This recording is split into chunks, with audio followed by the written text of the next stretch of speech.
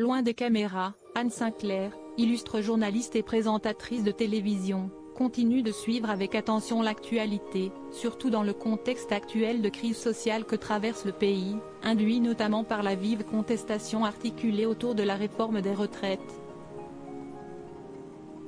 Conviée sur le plateau de Quelle époque ?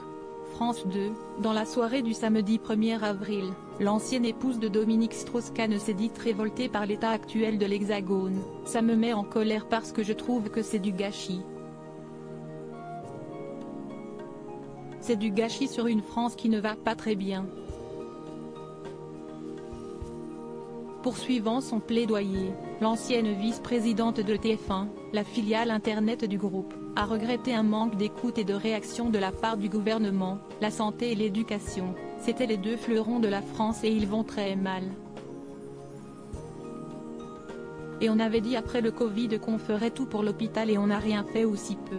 Sur une note davantage optimiste, Anne Sinclair a pourtant assuré à Léa Salamé que les Français avaient les armes nécessaires pour pouvoir faire rayonner à nouveau le pays. Il y a des choses formidables en France, c'est un pays plein d'initiatives, plein de ressources et surtout plein de gens qui sont prêts à se défoncer.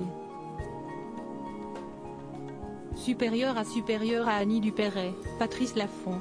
Ces stars qui ont révélé le montant de leur retraite. Le système est un peu à bout de souffle. Approfondissant son analyse, Anne Sinclair a pointé du doigt un système potentiellement obsolète. Le système est un peu à bout de souffle, on vit sur une constitution qui date de 1958.